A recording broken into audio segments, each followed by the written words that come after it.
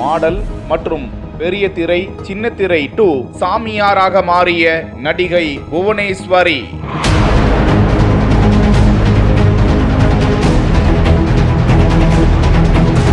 Boys படம் 2 சாமியாரானது எப்படி? வாழ்க்கையில் என்ன மாற்றம் நடந்தது? நான் ஆன்மீகத்துல 20 வருஷம் ஆகுது. ஆனா அது வெளியில தெரியாது. அப்படின்னு ஆன்மீகத்துல இருக்கும் போதே நான் நடிச்சுட்டே தான் இருக்கேன். சினிமாவிலையும் நடிச்சிட்டு இருந்தேன், சீரியல் நடிச்சிட்டு இருந்தேன், தெலுங்கு தமிழ் எல்லாத்துலயும் நான் நடிச்சிட்டு தான் இருக்கேன்.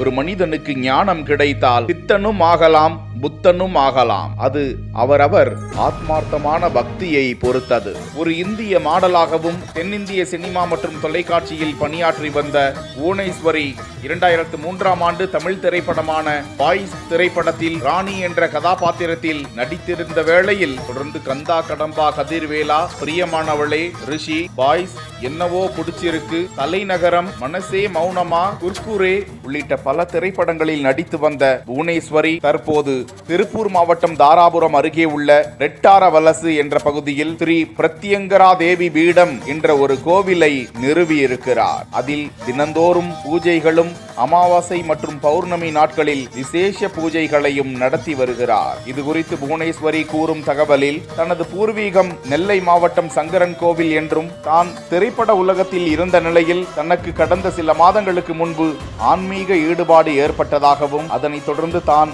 தீவிர ஆன்மீக பணியில் ஈடுபட்டு கடந்த சில மாதங்களுக்கு முன்பு தனது கனவில் பிரத்யங்கரா அம்மன் தோன்றி ஒரு இடத்தை குறிப்பிட்டால் தானும் அந்த இடத்தை தேடி அலைந்ததாகவும் முடிவில் திருப்பூர் மாவட்டம் ரெட்டாரவலசு பகுதியில் அந்த இடம் இருப்பதாக உணர்ந்து அங்கு வந்து அம்மனை பூஜை செய்து வழிபட்டு வருவதாகவும் தேவி பிரத்யங்கரா அம்மன் பஞ்சபாண்டவர் காலத்தில் அகத்திய முனிவருக்கு உதவிய அம்மன், இங்குள்ள வராகி அம்மன் இந்திரஜித் வழிபட்ட தெய்வமாகும்.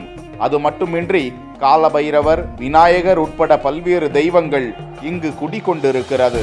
இங்குள்ள பிரத்யங்கரா தேவி அம்மனை வழிபட்டால் வாழ்வில் அனைத்து துன்பங்களும் விலகும், திருமணம் கைகூடும், கடன் தொல்லை நீங்கும், கல்வி பெருகும் என்று புவனேஸ்வரி கூறுகிறார். தொடர்ந்து 11ஆம் தேதி குரு பெயர்ச்சி யாகத்தையும் அவர் நடத்தினார்.